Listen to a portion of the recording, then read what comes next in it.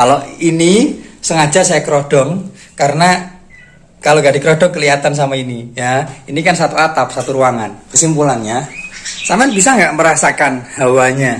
Ya, hawa ini rumahku ketika burung sering saya srodong sama burung. Ketika sampai sering melihat video-video saya ya yang lewat di beranda sampean. Biasanya seperti ini sudah dor melecor gak karu-karuan misan. Harusnya saya ablak karena saya pengen ngajak sampean semua untuk ayo kita berlogika saja. Hai teman-teman, saudara dan sahabatku semuanya. Alhamdulillah kita berjumpa lagi di sini. Halo guys, assalamualaikum warahmatullahi wabarakatuh. Ketemu lagi sama saya Kinara di channel Kinara Kacer Banyuwangi. Untuk video kali ini saya mau simpel-simpel saja ya mengenai penyerodongan ya. Sampean bisa lihat kondisi dalam rumah saya yang bandingkan dengan video-video saya yang kemarin-kemarin. Ini kan hasil daripada ini sebenarnya apa ya, video ini sambungan dari video ini ya. Hanya saja apa ya, jadwal uploadnya tuh beda gitu loh. Jadwal uploadnya tuh terlalu jauh karena ada pertanyaan yang harus saya jawab begitu. Ada pertanyaan yang harus saya jawab, makanya apa ya, agak mundur menurut rek. Jadi mengenai penyerodongan, sampean bisa lihat kondisi burung di rumah saya saat ini ya. Ini gini rek, nah, ini sebuah apa ya, sebuah gambaran supaya bisa menyentuh logikamu ya. Ini burung-burung banyak yang saya ablak memang ya. Kalau ini memang burung yang suka bocor ya, tapi tidak sebocor ketika dikerodong ya. Kalau ini sengaja saya kerodong karena kalau gak dikerodong kelihatan sama ini ya. Ini kan satu atap, satu ruangan, beda bro. Jadi saya tak dudui kabeh dhisik ya. Ini juga tetap saya ablak.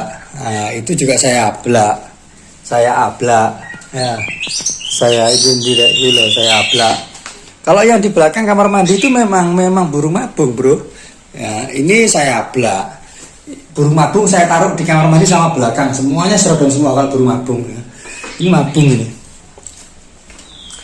Jadi gini, rek. Kesimpulannya, sampean bisa nggak merasakan hawanya? Ya, hawa ini rumahku ketika burung sering saya srodong sama burung saya ablak terus. Ayo rasakan bedanya. Perbedaan ketika burung sering saya ablak dan burung saya srodong. Ayo, rasakan. Ketika sampai sering melihat video-video saya ya yang lewat di beranda sampean. Biasanya seperti ini sudah dor melecor gak karu-karuan misan. Harusnya ya, harusnya ketika diablak di rumah seperti ini tadi kan sudah saya rawat ya. Ini tadi sudah saya rawat, apa namanya, sudah saya keluarkan ya, sudah saya rawat seperti biasa. Terus angin-angin bentar masuk rumah, biasanya kan kalau saya lagi nggak kangen, saya nggak pengen dengerin, saya serodong, itu pun gacor. Nah, apalagi kalau saya ablak tambah dor melecor. Nah, kenapa sekarang kok tidak? Ya, karena 1 minggu full sampai saat ini, terhitung 1 minggu lebih, ini memang dominan saya ablak karena saya pengen ngajak sampean semua untuk ayo kita berlogika saja. Merawat burung yang simpel-simpel saja. Bener, paham gak maksudku? Jadi gini, kesimpulannya itu intinya gini rek. Kenapa burung diserodong sama burung tidak diserodong kok berbeda? Karena gini, kalau kita mau masuk ke ranah birahi maupun emosi, saya rasa itu bukan kapasitas kita sebagai manusia ya. Burung itu binatang, kita manusia. Jadi kita nggak akan pernah tahu kebenaran yang hak. Maksudnya hak itu pasti tentang oh ini artinya birahi, ini artinya emosi. Karena apa? Kita manusia bro, burung itu binatang, jadi kita nggak akan pernah tahu ya. Kalau cuma untuk patokan seorang perawat kepada burungnya untuk kelas lapangan ya mungkin boleh-boleh aja, masih masuk akal ya. Itu patokan perawat, tapi bukan patokan umum untuk semua burung, bukan ya. Jadi hasil fakta memang burung kalau diserodong, kalau versi saya itu karena mungkin pemandangannya kan itu aja loh rek. Saiki ngene rek, saiki misalkan ada diserodong ya. Misalkan kita gini, ya iki serodong rek ya. Iki serodong, iki contoh aja diguyu lho rek, aja diguyu. Iki contoh iki. Ngene ya. Lah, iki pemandanganku gur ngene tok lho rek, pemandanganku gur peteng gur iki to ae kan. pemandangan cuma ini aja yang dilihat. Terus tiba-tiba kita dikeluarkan diablak tahu alam liar. Seneng hati ini loh, seneng ya Allah, ini loh alam betapa indahnya berkicau.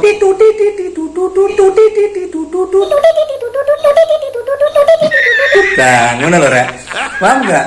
Akhirnya ketika dia berkicau, harapannya apa? Bablas buka ekor, bablas konslet, gitu harapannya. Jadi sebenarnya poinnya bukan masalah apa ya, yang memicu burung gacor buka ekor. Itu poin utama bukan masalah EF, penjemuran, bukan masalah pemandian sebenarnya. Chemistry bro, chemistry. Kita bisa memahami burung-burung ini dipahami dengan bagaimana, kapan dia istirahat, kapan dia perlu di rumah, di dalam rumah, kapan dia perlu dikeluarkan. Kita sesuaikan saja. Jadi chemistry itu nomor satu. Kalau memang merawat burung itu ya patokan utama, misalkan EF sekian, terus jemurnya sekian, mandinya sekian. Loh kan mudah toh bro. Kita bisa menirukan skema rawatannya siapa saja lah. Faktanya gimana? Tidak semudah itu Ferguson, karena burung punya tingkat kemapanan sendiri-sendiri, burung punya karakter sendiri-sendiri, burung juga punya chemistry yang berbeda-beda terhadap sebuah keadaan dengan perawatnya. Ngono lho rek. Beda-beda, jadi nggak bisa disamakan. Makanya ketika saya melakukan berbagi rawatan saya begini-begini, itu bukan berarti saya tuh mengklaim, enggak. Saya berbagi rawatan kalau sampean menirukan rawatan saya, terus kok tiba-tiba burung jadi gacor buka ekor, itu bukan artinya saya hebat, bukan bro. Artinya apa? Kebetulan pas cocok. Banyak kok di luar sana yang menirukan skema rawatan saya, yo gak cocok. Ada yang cocok, ya wajar. Karena apa? Ini makhluk hidup bro. Burung ini makhluk hidup. Burung itu bukan bukan sebuah robot yang bisa kita kendalikan seenak kita. Burung itu binatang, dia juga punya rasa sendiri, ciptaan Allah itu bro ya. Berbeda dengan kita punya akal pikiran, burung hanya punya insting. Binatang itu cuma punya insting, tapi dia tidak punya akal pikiran. Jadi punya hawa nafsu dan insting saja. Itu versi saya. Delok entar rek, mun ini ya gur ngono-ngono tok ket mau. Terus ngono-ngono tok. Biasanya ngotot, biasanya kan begitu. Ya beginilah kondisi ketika rutin saya ablak. Ini saya serodong karena itu tadi. Burung-burung yang di depan saya taruh ruang tamu, saya taruh ruang tengah, terus saya taruh ruang tengah yang di sini, di kamar sholatan, terus di ruang kerja saya. Itu adalah burung-burung yang memang sudah kondisi semua. Maksudnya itu sudah dor-dor ngono lho rek. Kalau yang mabung-mabung, burung trouble-trouble, semua saya jadikan satu di belakang. Karena apa? Kalau saya jadikan satu di sini, kasihan. Jadi dia tidak kondisi, dia tidak entah kesehatannya, entah level moodnya, entah level gairah hidupnya dia itu sedang drop. Kalau misalkan dia itu saya jadikan satu di sini, ketika misalkan dia itu hampir sembuh, misalkan 20%, 30% mulai sembuh baik, ditembaki kacer sing dor-dor, melempem maneh. Akhirnya begitu. Makanya saya sendirikan. Tapi di belakang itu pun masih denger bro. Supaya latihan lah sedikit demi sedikit itu supaya manuk yo melatih mentalnya, melatih ngono kayak lah ya pokoknya. Dan karena kacer saya itu banyak, kacer saya itu nggak pernah satu, makanya saya bisa ungkapkan, bisa bicara bahwa gak bagong gak kacer bro. Banyak di luar sana yang saya beli kacer, yang kata penjualnya itu, wah ini anti bagong, ini gak pernah bagong sama sekali, begini sampai jadi muntruk wes lek ngomong. Tapi faktanya ketika masuk rumah saya, ya mesti bagong, pasti bagong. Karena gak bagong gak kacer bro, ngono loh. Gak bagong gak kacer, ya karena di rumah penjual gak bagong karena lawannya cak ijo, kenari, nggak ada burung setipe, burung sejenis nggak ada. Jadi ya wajar. Kalau burung itu gak bagong gak apa ya, contoh lah, simpel saja. Yang mana ya? Apa yang ini ya? Yang ini saya beli. Tanya saja, riwayatnya jelas. Ini burung pernah prestasi, kata orangnya. Ini burung pernah prestasi, tropi sak piagame sak bopet. burungnya anti bagong, wes nggak mau bagong sama sekali. Itu katanya begitu. Tapi pada faktanya ketika masuk rumah saya dapat 2 hari ter. Karena kumpulnya ya kumpul di rumah orangnya yang punya itu sama anis merah, terus sama apa ya, kenari ada paling, terus masteran cak jenggot kayak gitu-gitu. Beda bro. Jadi mungkin semacam notasi lagu atau intonasi atau apa mungkin berbeda dengan burung setipe sama burung yang beda tipe. Maksudnya cak ijo suaranya ya seperti itu, murai suaranya seperti itu, kacer suaranya seperti itu, ya kan? Tidak setipe gitu loh. Kalau sudah tidak setipe ya otomatis piye ya rek ya? Otomatis gini loh. Misalkan ini tak ajak logika saja sampean. Sampean berteman dengan kucing, ya, berteman dengan kambing, punya gairah enggak? Ada gairah yang misalkan itu standarnya manusia lek kumpul menungso kumpul menungso punya hawa nafsu bro, punya birahi, punya emosi ya, misalkan ini bicara teori. Karena kumpul sesama manusia, ada lawan jenis ya, wis birahi memeti ngono kae. Ngono aneh jengat ngono lho wis pokoke ya. Terus iki tak ajak ngomong blakon arek opo eneke ya. Terus kalau misalkan ada sesuatu yang menyinggung hatimu, menyakiti hatimu, emosi tinggi naik. Itu memang bahasa manusia kita tahu bro gitu loh. Bahasa manusia karena kita setipe gitu loh, setipe antara manusia dengan manusia. Terus burung kacer kumpul karo kenari misalkan ya, kumpul karo kenari. Kacer ini tipe suaranya begitu, kenari tipe suaranya begitu ya. Bahasanya kacer begitu, bahasanya kenari begitu. Dari mana kacer bisa tahu bahasa kenari, dan juga kenari dari mana bisa tahu bahasa kacer? Nggak tahu bro. Makanya kesimpulannya apa? Gak bagong, gak kacer bro ya. Kalau kalian sudah punya kacer banyak, wis pasti akan ada masa dimana kacermu cer. Itu pasti bro, pasti ada masa dimana kacerku cer bagong, itu pasti. Jadi semua hanya menunggu masanya saja. Jadi ketika burungmu gak bagong, saya ya ada kacer yang gak mau bagong misalkan selama saya rawat. Yang di pojok sana itu gak mau bagong. Maksudnya itu bukan berarti dia sudah gak bagong sama sekali. Enggak, saya gak berani mengklaim. Cuman saya sudah merawat dia 2 bulan. Selama 2 bulan ini belum bagong. Apakah saya mengklaim kacer itu benar-benar anti bagong?